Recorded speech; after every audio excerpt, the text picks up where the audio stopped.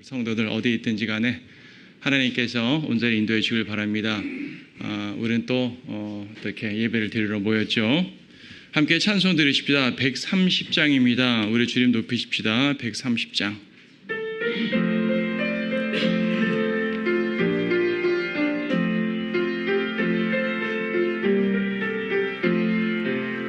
내 진정 사모하는 친구가 되시는 구주 예수님의 아름다우심, 산 밑에 백합하여 빛나는 새벽별, 주님 영영할 길 아주 없도다.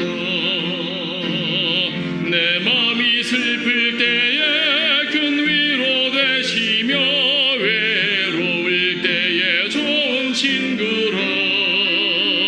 주는 저 산 밑에 백합 빛나는 새벽별, 이 땅 위에 아주 비할 것 없네.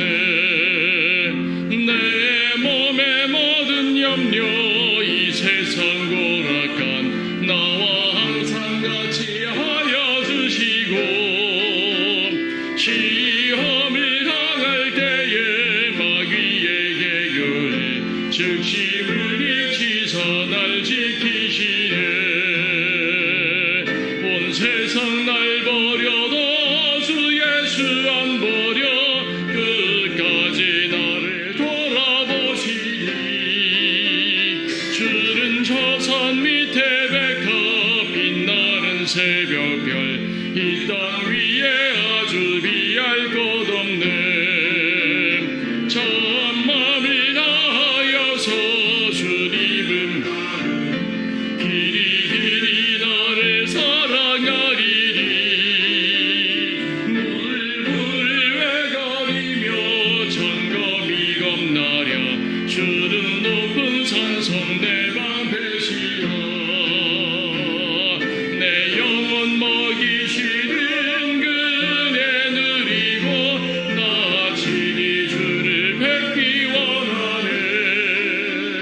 주는 저 산 밑에 백합 빛나는 새벽별, 이 땅 위에 아주 비할 것 없네.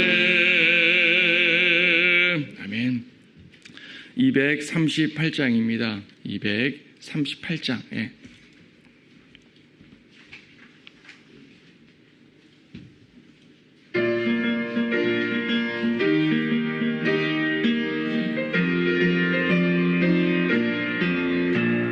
주가 주신 약속 위에 굳게 서 영원토록 주를 찬송하리라. 소리 높여 주께 영광 돌리며 약속 위에 굳게 서리라. 굳게 서리. 영원하신 약속 위에 굳게 서리. 굳게 서리. 그 말씀 소망 위에 서리라.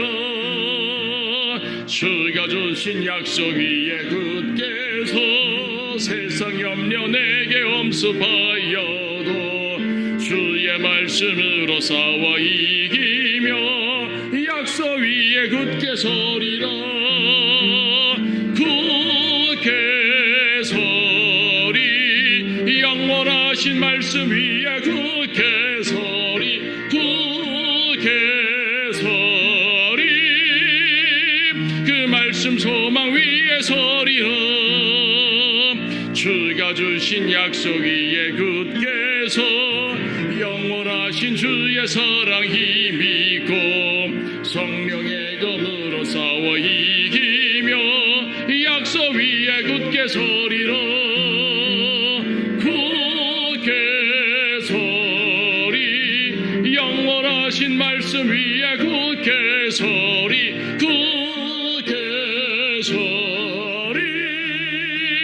그 말씀 소망 위에 서리라. 주가 주신 약속 위에 굳게 서 성령 인도하는 대로 행하며 주님 품에 항상 안식 얻으며 약속 위에 굳게 서리라. 굳게 서 하신 말씀 위에 굳게 서리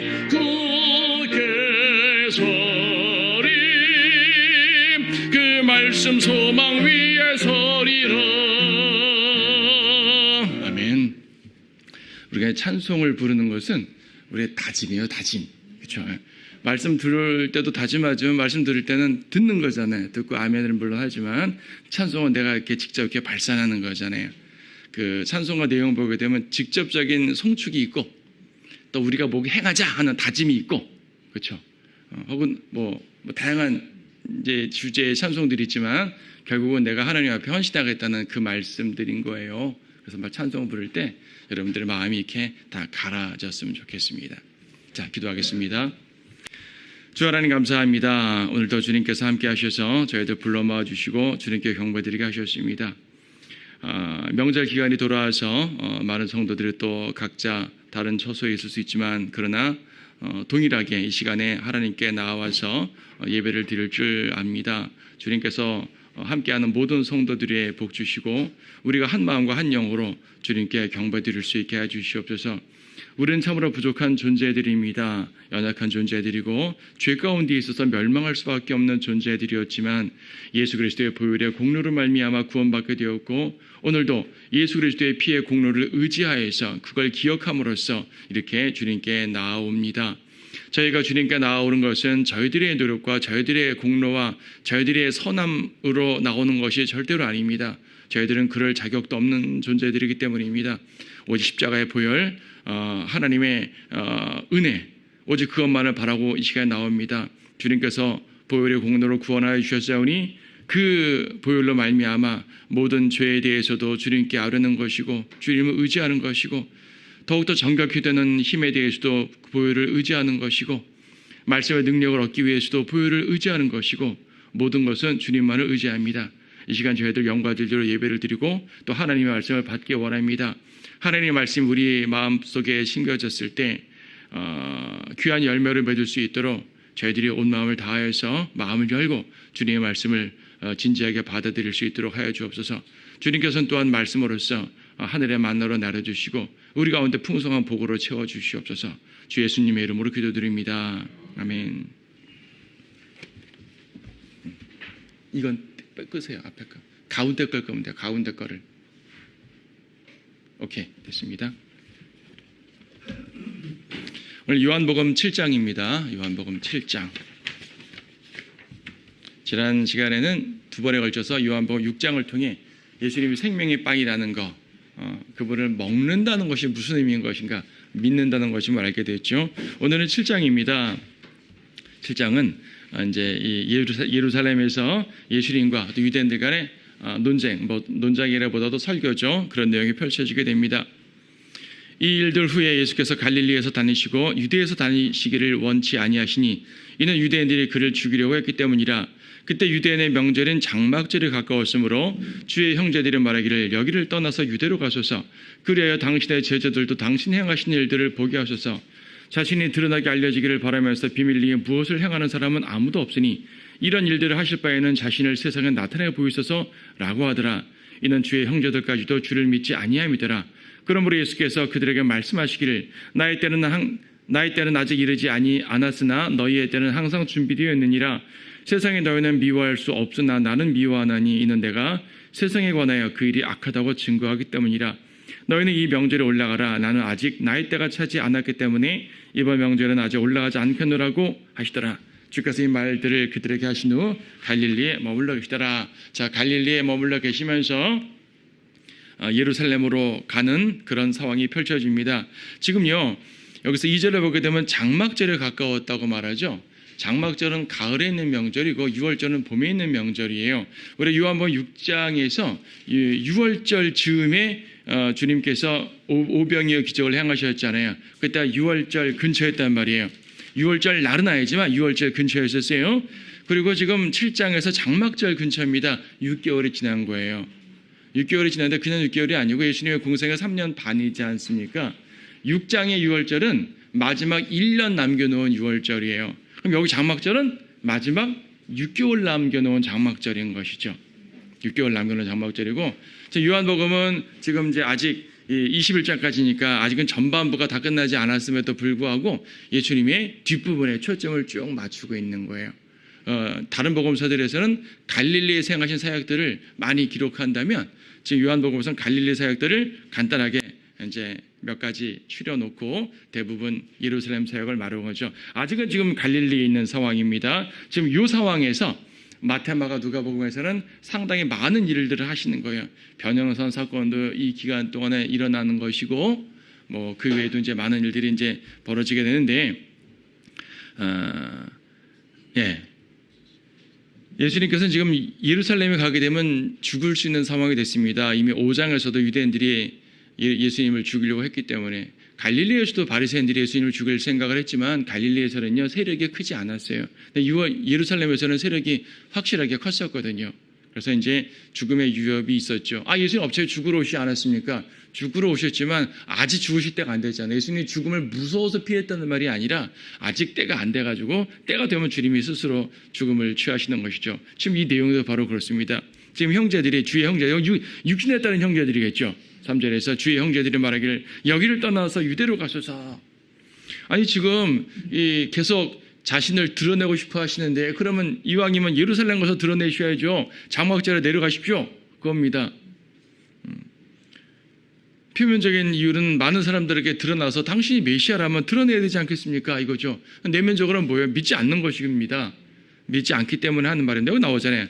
주의 형제들까지도 5절에서 주를 믿지 아니하더라 라고 말씀하는 겁니다. 당신이 하시는 일들을 드러내십시오. 당신이 하신 일. 이미 예수님께서는 갈릴리에서 수많은 일들을 보이셨어요. 당신이 행하시는 일들, 그렇죠? 예수님이 행하신 표적들을 말합니다. 수많은 표적들을 이미 보여주셨어요. 보여주신 거죠. 이미 주님은 드러나게 사역하시고 계셨던 것입니다. 6절에서는 예수님이 나의 때는 아직 이르지 않았다. 주님께서 죽고 부활하여서 영광받는 이 모든 과정을 말하는 거예요. 제자들은 당신이 그리스도면 드러내셔야지, 영광 받으셔야죠. 아직 그럴 때 안 왔어. 내가 영광 받기 전에 죽어야 되는데 아직 죽을 때도 안 왔어. 좀 기다려봐. 그 말입니다. 하지만 그때는 멀지 않았어요. 6개월밖에 안 남았다 그랬어요. 짧은 기간 동안에 예수님은 내려가십니다. 결국은 올라가십니다. 지금 예수님은 8절에서 이번에는 올라가지 않겠다. 이번 장막절은 올라가지 않겠다. 유대인들은 오순절, 그러니까 이제 6월절, 오순절, 장막절 세 번에 걸쳐서 예루살렘에 올라가잖아요. 그런데 이제 안 올라가기도 많이 하는 거죠. 이번에 안 올라가겠다 말씀하셨어요. 하지만 결국은 올라가셨죠. 10절을 보니까 그러나 그의 형제들이 올라간 후에 주께서도 명절에 가셨으나 드러내지 않냐고 비밀리에 가시니라. 가시긴 가시네요. 주님은 죽으심을 알면서 올라가시는 거예요. 앞에서는 죽으실까 봐 안 가시다 그러는 것이 언뜻 볼 때 죽으심이 싫은가 생각할 수 있지만 절대 그런 것이 아니고 때에 맞춘 거라 그랬어요. 지금 이 상황에 대해서 누가복음이나 다른 복음서에 보게 되면 예수님이 슬슬 예루살렘으로 내려갈 준비를 하고 계십니다. 그리고 결과적으로 내려가게 되는데 내려갈 때 갑자기 하루 이틀에 싹 하시는 것이 아니라 천천히 제자들과 함께 할 일들을 하시면서 내려가시게 되거든요. 내려가시면서 제자들은 기대에 부풀었죠. 이번에 예수님 내려가시면 뭘 할 거다. 근데 예수님은 나 이번에 죽으러 가는 거야 라고 말씀을 하시는 거거든요. 예수님은 죽으실 걸 염두에 두고 가시는 것입니다. 누가복음에서 특히 말씀하시는데 예수님께서는 하늘로 들려옴 받을 때가 되자 예루살렘으로 가시려고 확고히 정하셨다고 말씀하고 있어요. 이번에 내가 예루살렘 가면 이 장로들과 이 사람들에게 붙잡혀서 고난을 당하고 죽을 거야. 하지만 부활할 거야. 라는 말씀을 하고 계시는 겁니다. 지금 예수님이 장막전에 내려가시잖아요. 장막전 내려갔다가 다음 6월절까지 6개월인데 그 사이에 다시 갈릴리로 또 내려갔다 오시는 것이 아니라 장막절에 예루살렘으로 올라가신 다음에 예루살렘에 있다가 요단강 지역으로 가셨다가 광야 지역 가셨다가 하여튼 유다 남부에서만 6개월을 보내십니다. 유다 남부에서 6개월을 보내시고 결과적으로 예루살렘에 오셔서 죽으시는 이 상황이 펼쳐지게 되죠. 지금 이러한 예수님의 그 행적의 이 순서에 대해서는 마가복음이나 누가복음, 타복음서를 통해서 알 수 있는 거고 요한복음에서는 그런 것보다도 주님께서 이 굵직한 사건들을 말씀하시면서 자신이 누구이심을 백성들에게 알리시고 또 우리에게 알려주시는 이 부분에 초점 맞춰 있는 거예요. 예수님은 이제 비밀리에 가셨어요. 10절에 비밀리에 가셨어요. 14절에서는 드러나게 또 설교하셨습니다. 14절에서는 명절의 중간쯤 되었을 때 예수님이 드러나게 설교하시잖아요. 자, 비밀리에 가셨다가 처음 안 가겠다 그러셨다가 비밀리에 가셨다가 그 다음에 드러나게 나타나시는 거죠. 자, 비밀리에 가셨다가 드러나게 나타나십니다. 이것이요 하나의 예표적 중요성이 되는데 주님께서 공중재림하실 때는 비밀리잖아요. 우리가 휴가 되는 거니까. 물론 주님 오시는 것 자체가 비밀이란 말이 아니라 세상에 알려지는 것이 아니죠. 우리가 올라가죠. 우리에게 말리는 거죠. 물론 우리가 올라가게 되면 다 알게 되지만 그래도 주님께서는 세상에 본인의 모습을 탁 드러내시는 것이 아니라는 의미에서 비밀이라는 말을 쓰는 거예요. 그리고 지상재림할 때는 공개적으로 오잖아요. 교회 시대 어땠어요? 교회 시대는 오신다는 약속은 우리에게 계속 하시고 계시지만 그러나 교회 시대 2000년 동안 볼 때 마치 안 오실 것처럼 보였단 말이에요. 세상 사람들은 당연히 예수님 오신다는 거 믿지도 않았고 믿는 그 그리스도인이라는 사람들조차도 예수님이 다시 오시오 에이 다 이러고 있는 거예요. 교리적으로 사도신경 배울 때마다 저리로서 산자가 죽어 이제 심판으로 오시리라 매주 암송은 하지만 실제로 주님이 재림을 기다리질 않는다고요. 그렇게 2000년 동안 살았던 것이죠. 그러니까 다 예표적으로 비슷하죠. 안 올라가시겠다고 말씀하시다가 마치 안 오시는 것처럼 하시다가 비밀리에 오시고 우리 데려가시고 공개적으로 나타나시고 지금 이 순서가요 예표적으로 주님의 재림과 연관해서 아주 딱 드러나는 그러한 모습도 흥미롭게 볼 수가 있습니다. 예수님께서 오셨어요. 오시고 보니까 10절에 보니까 11절 보니까 그러므로 유대인들이 명절에 주를 찾으며 그가 어디 있느냐 사람들은 수군거리는 거죠. 그 사람 좋은 사람이야. 아니야 그 사람 미혹한 사람이야. 무리들이 나뉘어 있는데 어쨌든 다들 기대하고 있는 거예요. 예수라는 사람 올까 안 올까? 올 것 같아.